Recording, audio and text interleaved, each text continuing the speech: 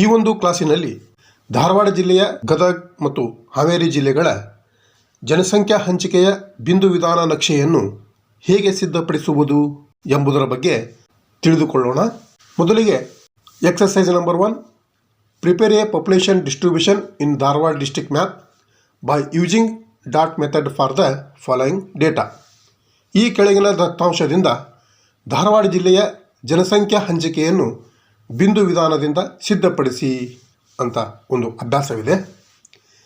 ಇಲ್ಲಿ 2011ರಲ್ಲಿ ಧಾರವಾಡ ಜಿಲ್ಲೆಯ ತಾಲೂಕುಗಳ ಜನಸಂಖ್ಯಾ ಹಂಚಿಕೆಯನ್ನು ಕೊಡಲಾಗಿದೆ.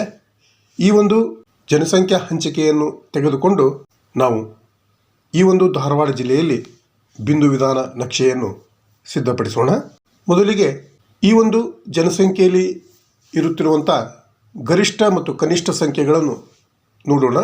ಗರಿಷ್ಠ ಜನಸಂಖ್ಯೆಯನ್ನು ಧಾರವಾಡ ತಾಲೂಕು 249,993 ಜನಸಂಖ್ಯೆಯನ್ನು ಹೊಂದಿದ್ದರೆ, ಕನಿಷ್ಠ ಜನಸಂಖ್ಯೆಯನ್ನು ಹುಬ್ಬಳ್ಳಿ ತಾಲೂಕು 142,807 ಜನಸಂಖ್ಯೆಯನ್ನು ಹೊಂದಿದೆ. ಅಂದಾಗ ಇಲ್ಲಿ ನಾವು ಸ್ಕೇಲನ್ನು 1 ಡಾಟ್ ಟು 10,000 ಪಾಪ್ಯುಲೇಷನ್ ಅಂದರೆ ಒಂದು ಬಿಂದುವಿಗೆ 10,000 ಜನಸಂಖ್ಯೆ ಅಥವಾ ಒಂದು ಬಿಂದುವಿಗೆ 1,10,000 ಜನಸಂಖ್ಯೆ ಅಂತಂದು ಪ್ರಮಾಣವನ್ನು ತೆಗೆದುಕೊಂಡು ಈ ಒಂದು ಬಿಂದು ವಿಧಾನ ನಕ್ಷೆಯನ್ನು ಬಿಡಿಸೋಣ. ಮೊದಲ ತಾಲೂಕಾದಂಥ ಧಾರವಾಡ ಇದು 249,993 ಜನಸಂಖ್ಯೆಯನ್ನು ಹೊಂದಿದ್ದು, ಇದನ್ನು ನಾವು ದಶಸಾವಿರದಲ್ಲಿ ನೋಡಿದಾಗ 24 ದಶಸಾವಿರ ಅಂತ ಇದೆ. ಇದನ್ನು ನಾವು ರೌಂಡ್ ಫಿಗರ್ ಆಗಿ 25 ದಶಸಾವಿರ ಅಂತ ಮಾಡಿಕೊಂಡಾಗ ಈ ಒಂದು ಧಾರವಾಡ ಜಿಲ್ಲೆಯಲ್ಲಿ 25 ಬಿಂದುಗಳನ್ನು ತೋರಿಸಬೇಕು. ಇನ್ನು ನವಲಗುಂದ ಇದು 190,208 ಜನಸಂಖ್ಯೆಯನ್ನು ಹೊಂದಿದೆ. ಅಂದಾಗ ಇದನ್ನು ದಶಸಾವಿರದಲ್ಲಿ ನೋಡಿದಾಗ ಈ ಒಂದು ನವಲಗುಂದ ತಾಲೂಕಿನಲ್ಲಿ 19 ಬಿಂದುಗಳನ್ನು ಗುರುತಿಸಬೇಕಾಗುತ್ತದೆ. ಇನ್ನು ಹುಬ್ಬಳ್ಳಿ ತಾಲೂಕು ಇದು 142,807 ಜನಸಂಖ್ಯೆಯನ್ನು ಹೊಂದಿದೆ.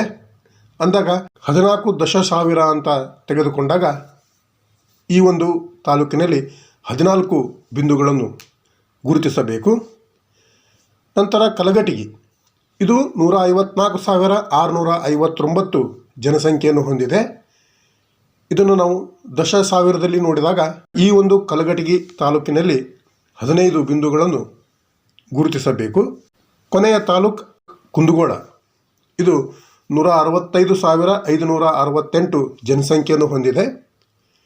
ಇದನ್ನು ನಾವು ದುಂಡು ಸಂಖ್ಯೆಯಾಗಿ 17 ದಶಸಾವಿರ ಅಂತ ತೆಗೆದುಕೊಂಡಾಗ ಈ ಒಂದು ಕುಂದಗೋಳ ತಾಲೂಕಿನಲ್ಲಿ 17 ಬಿಂದುಗಳನ್ನು ಗುರುತಿಸಬೇಕು. ಈ ರೀತಿ ಧಾರವಾಡ ಜಿಲ್ಲೆಯ ಜನಸಂಖ್ಯಾ ಹಂಚಿಕೆಯನ್ನು ಈ ಒಂದು ಬಿಂದು ವಿಧಾನದಿಂದ ಗುರುತಿಸಬೇಕು.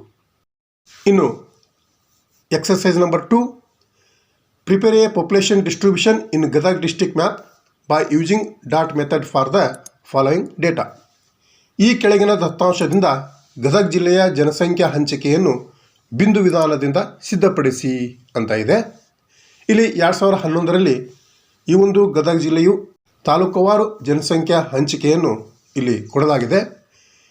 ಈ ಒಂದು ದತ್ತಾಂಶವನ್ನು ತೆಗೆದುಕೊಂಡು ಇದರಲ್ಲಿ ಸಹ ನಾವು ಗರಿಷ್ಠ ಮತ್ತು ಕನಿಷ್ಠ ಸಂಖ್ಯೆಗಳನ್ನು ನೋಡಿದಾಗ ಈ ಒಂದು ಗದಗ ಜಿಲ್ಲೆಯಲ್ಲಿ ಗರಿಷ್ಠ ಜನಸಂಖ್ಯೆಯನ್ನು ಗದಗ ತಾಲೂಕು 367,258 ಜನಸಂಖ್ಯೆಯನ್ನು ಹೊಂದಿದ್ದರೆ, ಕನಿಷ್ಠ ಜನಸಂಖ್ಯೆಯು ನರಗುಂದ ತಾಲೂಕು 100,623 ಜನಸಂಖ್ಯೆಯನ್ನು ಹೊಂದಿದೆ.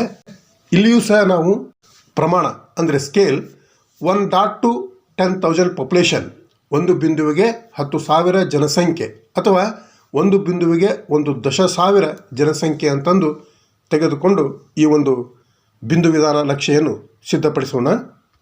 ಮೊದಲ ತಾಲೂಕು ನರಗುಂದ ಇದು 100,623 ಜನಸಂಖ್ಯೆಯನ್ನು ಹೊಂದಿದೆ. ಇದನ್ನು ನಾವು ದಶಸಾವಿರದಲ್ಲಿ ನೋಡಿದಾಗ 10 ದಶಸಾವಿರ ಆಗುತ್ತದೆ. ಅಂದಾಗ ಈ ಒಂದು ನರಗುಂದ ತಾಲೂಕಿನಲ್ಲಿ 10 ಬಿಂದುಗಳನ್ನು ತೋರಿಸಬೇಕು. ನಂತರ ರೋಣ ಇದು 264,123 ಜನಸಂಖ್ಯೆಯನ್ನು ಹೊಂದಿದೆ. ಇದನ್ನು ನಾವು ದಶ ಸಾವಿರದಲ್ಲಿ ನೋಡಿದಾಗ 26 ದಶ ಸಾವಿರ ಆಗುತ್ತದೆ. ಅಂದಾಗ ಈ ಒಂದು ರೋಣ ತಾಲೂಕಿನಲ್ಲಿ ನಾವು 26 ಬಿಂದುಗಳನ್ನು ಗುರುತಿಸಬೇಕು. ಮೂರನೇ ತಾಲೂಕು ಗದಗ 367,258 ಜನಸಂಖ್ಯೆಯನ್ನು ಹೊಂದಿದೆ. ಈ ಒಂದು 367,258 ನಾವು ದುಂಡು ಸಂಖ್ಯೆಯಾಗಿ 37 ದಶ ಸಾವಿರ ಅಂತ ಮಾಡಿಕೊಂಡಾಗ ಈ ಒಂದು ಗದಗ ತಾಲೂಕಿನಲ್ಲಿ ನಾವು 37 ಬಿಂದುಗಳನ್ನು ಗುರುತಿಸಬೇಕಾಗುತ್ತದೆ. ನಂತರ ಶಿರಹಟ್ಟಿ ಇದು 200,669 ಜನಸಂಖ್ಯೆಯನ್ನು ಹೊಂದಿದೆ. ಇದನ್ನು ನಾವು 20 ದಶ ಸಾವಿರ ಅಂತ ಮಾಡಿಕೊಂಡಾಗ ಈ ಒಂದು ಶಿರಹಟ್ಟಿ ತಾಲೂಕಿನಲ್ಲಿ 20 ಬಿಂದುಗಳನ್ನು ಗುರುತಿಸಬೇಕು. ಕೊನೆಯ ತಾಲೂಕು ಮುಂಡ್ರಿಗಿ ಇದು 131,897 ಜನಸಂಖ್ಯೆಯನ್ನು ಹೊಂದಿದೆ. ಇದನ್ನು ದಶ ಸಾವಿರದಲ್ಲಿ ನೋಡಿದಾಗ 13 ದಶ ಸಾವಿರ ಆಗುತ್ತದೆ. ಅಂದಾಗ ಈ ಒಂದು ಮುಂಡ್ರಿಗಿ ತಾಲೂಕಿನಲ್ಲಿ ನಾವು 13 ಬಿಂದುಗಳನ್ನು ಗುರುತಿಸಬೇಕು. ಈ ತೆರನಾಗಿ ಗದಗ ಜಿಲ್ಲೆಯ ಬಿಂದು ವಿಧಾನ ನಕ್ಷೆಯನ್ನು ಸಿದ್ಧಪಡಿಸಬೇಕು. ಇನ್ನು last exercise number 3, prepare A population distribution in Haveri district map by using dot method for the following data. ಈ ಕೆಳಗಿನ ದತ್ತಾಂಶದಿಂದ ಹಾವೇರಿ ಜಿಲ್ಲೆಯಲ್ಲಿ ಜನಸಂಖ್ಯಾ ಹಂಚಿಕೆಯನ್ನು ಬಿಂದು ವಿಧಾನದಿಂದ ಸಿದ್ಧಪಡಿಸಿ ಅಂತ ಇದೆ. ಇಲ್ಲಿ 2011ರಲ್ಲಿ ಹಾವೇರಿ ಜಿಲ್ಲೆಯ ತಾಲೂಕುವಾರು ಜನಸಂಖ್ಯಾ ಹಂಚಿಕೆಯ ಅಂಕಿ ಅಂಶಗಳನ್ನು ಕೊಡಲಾಗಿದೆ. ಇಲ್ಲಿ ಗರಿಷ್ಠ ಜನಸಂಖ್ಯೆಯನ್ನು ಹೊಂದಿರುತ್ತಿರುವಂಥ ತಾಲೂಕು ರಾಣೆಬೆನ್ನೂರು. ಇದು 335,281 ಜನಸಂಖ್ಯೆಯನ್ನು ಹೊಂದಿದ್ದರೆ ಕನಿಷ್ಠ ಜನಸಂಖ್ಯೆಯನ್ನು ಹೊಂದಿರುತ್ತಿರುವಂಥ ತಾಲೂಕು ಬ್ಯಾಡಗಿಯಾಗಿದೆ. ಇದು 141,024 ಜನಸಂಖ್ಯೆಯನ್ನು ಹೊಂದಿದೆ. ಅಂದಾಗ ಇಲ್ಲಿಯೂ ಸಹ ನಾವು ಪ್ರಮಾಣ ಅಂದರೆ ಸ್ಕೇಲನ್ನು 1.10,000 ಪಾಪ್ಯುಲೇಷನ್ ಅಂದರೆ ಒಂದು ಬಿಂದುವಿಗೆ 10,000 ಜನಸಂಖ್ಯೆ ಅಥವಾ ಒಂದು ಬಿಂದುವಿಗೆ 1 ದಶ ಸಾವಿರ ಜನಸಂಖ್ಯೆ ಅಂತಂದು ತೆಗೆದುಕೊಂಡು ನಾವು ಬಿಂದು ವಿಧಾನ ನಕ್ಷೆಯನ್ನು ಸಿದ್ಧಪಡಿಸೋಣ. ಮೊದಲ ತಾಲೂಕು ಶಿಗ್ಗಾಂವ್ ಇದು 187,910 ಜನಸಂಖ್ಯೆಯನ್ನು ಹೊಂದಿದೆ. ಇದನ್ನು ನಾವು ರೌಂಡ್ ಫಿಗರ್ ಆಗಿ 19 ದಶ ಸಾವಿರ ಅಂತ ತೆಗೆದುಕೊಂಡಾಗ ಈ ಒಂದು ಶಿಗ್ಗಾಂವ್ ತಾಲೂಕಿನಲ್ಲಿ 19 ಬಿಂದುಗಳನ್ನು ಗುರುತಿಸಬೇಕು. ನಂತರ ಸವಣೂರು ಇದು 161,521 ಜನಸಂಖ್ಯೆಯನ್ನು ಹೊಂದಿದೆ. ಅಂದಾಗ 16 ದಶ ಸಾವಿರಕ್ಕೆ ಈ ಒಂದು ತಾಲೂಕಿನಲ್ಲಿ 16 ಬಿಂದುಗಳನ್ನು ಗುರುತಿಸಬೇಕು. ನಂತರ ಹಾನಗಲ್ ತಾಲೂಕು ಇದು 260,455 ಜನಸಂಖ್ಯೆಯನ್ನು ಹೊಂದಿದ್ದು ಇದನ್ನು ನಾವು 26 ದಶ ಸಾವಿರ ಅಂತ ತೆಗೆದುಕೊಂಡಾಗ ಈ ಒಂದು ಹಾನಗಲ್ ತಾಲೂಕಿನಲ್ಲಿ 26 ಬಿಂದುಗಳನ್ನು ಗುರುತಿಸಬೇಕು. ನಾಲ್ಕನೇ ತಾಲೂಕು ಹಾವೇರಿ 280,362 ಜನಸಂಖ್ಯೆಯನ್ನು ಹೊಂದಿದ್ದು 28 ದಶ ಸಾವಿರ ಅಂತಂದಾಗ ಈ ಒಂದು ಹಾವೇರಿ ತಾಲೂಕಿನಲ್ಲಿ ನಾವು 28 ಬಿಂದುಗಳನ್ನು ಗುರುತಿಸಬೇಕು. ನಂತರ ಬ್ಯಾಡಗಿ ತಾಲೂಕು ಇದು 141,024 ಜನಸಂಖ್ಯೆಯನ್ನು ಹೊಂದಿದೆ. ಅಂದಾಗ ಇಲ್ಲಿ 14 ದಶ ಸಾವಿರ ಅಂತ ತೆಗೆದುಕೊಂಡಾಗ ಈ ಒಂದು ಬ್ಯಾಡಗಿ ತಾಲೂಕಿನಲ್ಲಿ ನಾವು 14 ಬಿಂದುಗಳನ್ನು ಗುರುತಿಸಬೇಕು.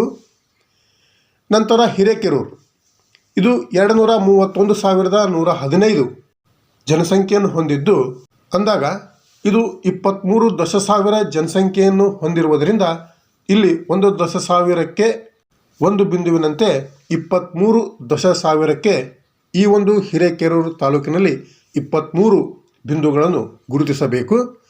ಕೊನೆಯ ತಾಲೂಕು ರಾಣೆಬೆನ್ನೂರು ಇದು 335,281 ಜನಸಂಖ್ಯೆಯನ್ನು ಹೊಂದಿದೆ. ಇದನ್ನು ನಾವು ದುಂಡು ಸಂಖ್ಯೆಯಾಗಿ 34 ದಶ ಸಾವಿರ ಅಂತ ತೆಗೆದುಕೊಂಡಾಗ ಈ ಒಂದು ತಾಲೂಕಿನಲ್ಲಿ 34 ಬಿಂದುಗಳನ್ನು ಗುರುತಿಸಬೇಕು. ಈ ತೆರನಾಗಿ ನಾವು ಜಿಲ್ಲಾ ಜನಸಂಖ್ಯಾ ಹಂಚಿಕೆಯನ್ನು ಬಿಂದು ವಿಧಾನ ನಕ್ಷೆಯಿಂದ ಸಿದ್ಧಪಡಿಸಬೇಕು. ಮುಂದಿನ ಕ್ಲಾಸಿನೊಂದಿಗೆ ಮತ್ತೆ ಭೇಟಿಯಾಗೋಣ. Thank you.